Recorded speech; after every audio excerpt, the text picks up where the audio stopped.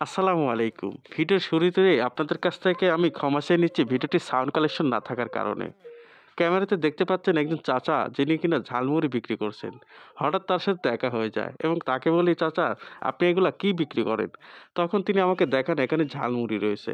তখন চাচাকে আমি বলি, "চাচা, এখানে কি আপনি প্রতিদিনই আসেন?" তখন তিনি বলেন, "হ্যাঁ, আমি এখানে প্রতিদিনই এগুলো বিক্রি করি।" তো তখন আমি চাচাকে বললাম, "চাচা, আসলে আপনাকে তো আমি ডাক দিছি যে এখানে কি আছে সেটা আমি একটু দেখার জন্য। এখন তো আমার কাছে টাকা নেই। তো আপনি কি আমাকে কিছুটা ঝালমুড়ি খাওয়াতে পারবেন?" তখন চাচা হেসে একটু মুচকি হাসিতে বলে, "খাওয়াতে পারবো না কেন? একটা তো খাওয়ার জিনিসই তুমি চাইছো।" চাচার কথাটা শোনার পরে ভাবলাম হয়তোবা চাচা আমার সাথে মজা নিচ্ছে। তখন আমি বললাম, "ঠিক আছে, তাহলে আমার দেন আপনি একটা।" তো চাচা যাই হোক সবার সাথে কথা বলতে তিনি হাসতেছেন এবং আমাকে বললেন যে, "খাওয়ার জিনিস খাবা, এতে সমস্যা কি?" তখন তিনি আমাকে ৳১০ এই মুড়ি দিয়ে দিচ্ছেন। তো আমি ১ম এ ভাবছিলাম হয়তোবা চাচা আমাকে দেবে না। কিন্তু পরে দেখলাম তিনি ঝালমুড়িটা অনেক সুন্দরভাবে প্যাকেট করে আমাকে দেওয়ার জন্য প্রস্তুত করছে।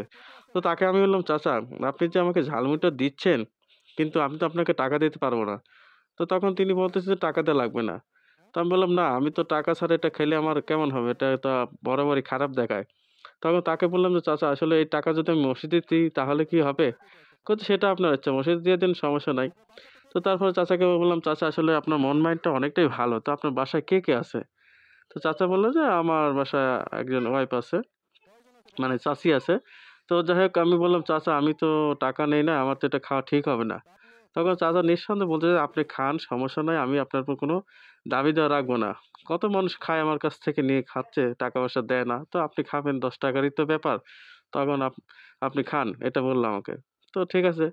আমি বললাম যে, "ঠিক আছে চাচা, সমস্যা নেই। কিন্তু আমার সাথে যে আরেকজন আছে, আমার এক ফ্রেন্ড আছে, তাকে যদি দিতেন তাহলে তো খুব ভালো হতো।" তখন বলতেছে যে, "তাকেও দিতে হবে?" তখন তিনি এই কথা শোনার পরে মানে একটু হাসি দিলেন আরকি।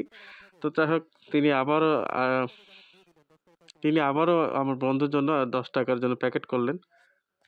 যাই হোক তিনি কথাটি শোনার পর কিন্তু আমার বন্ধুর জন্য তিনি আবার নতুন করে আরেকটি মাখানো ভাজা তৈরি করতে লাগলেন। তো তার মুখে হাসি সবসময় লেগে থাকতো। একটা বিষয় সবসময় খেয়াল করলাম। পাশের লোকজনও খুব মজা নিচ্ছিল চাচার এই কথাবার্তা শুনে। তো যাই হোক তিনি আমার বন্ধুর জন্য আরেকটি মাখানো ভাজা রেডি করে দিচ্ছিলেন। তো তাকে আমি বললাম যে, "আপনার তো সারাদিনে যে আয় হবে তার থেকে যদি আমি এটা নিয়ে নেই, তাহলে তো আপনার ৳২০ লস হয়ে যাবে।" তখন তিনি বলতেছেন, "লস লাভ এখানে হিসেব করে লাভ নয়। কাহিনী হচ্ছে আপনারা খাওয়ার জিনিসও চাইছেন।" তো যাই হোক আমি তাকে বললাম যে, "২ টার দামই কিন্তু আপনারে দিতে পারলাম না। তো আপনি কোনো দোয়া-দাওয়াত রাখেন না। এটা যদি আমি পারি মসজিদে দিয়ে দিব।" তখন তিনি বললেন, "ঠিক আছে, সমস্যা নেই।" তো যাই হোক তারপরে আমি জিজ্ঞাসা করলাম যে, "চাচা, আসলে আপনি যে আমাকে এগুলো দিলেন আপনি এখান থেকে প্রতিদিন কত টাকা ইনকাম করেন?" তখন তিনি বললেন যে, "প্রতিদিন ৳২০০-৳২৫০ তার গড়ে লাভ থাকে।" তখন আমি যাই হোক চাচাকে খুশি করার জন্য সেই ৳২৫০ দিয়েই চাচাকে বললাম, "চাচা, এই টাকাটা দেন।" তো দেখেন সেই চাচা কিন্তু টাকাটা নেবে না। তিনি চলে যাচ্ছেন যে টাকাটা নেবে না তিনি। তো আমি তাকে অনেক রিকোয়েস্ট করলাম যে, "চাচা, দেখেন এটা তো আপনার ব্যবসা। আর এটা আপনি যে খুশি হয়ে আমাকে দিছেন এটাই অনেক কিছু।" তো আমি তাকে আবারও বললাম যে, "চাচা, এই টাকাটা আপনি নেন।"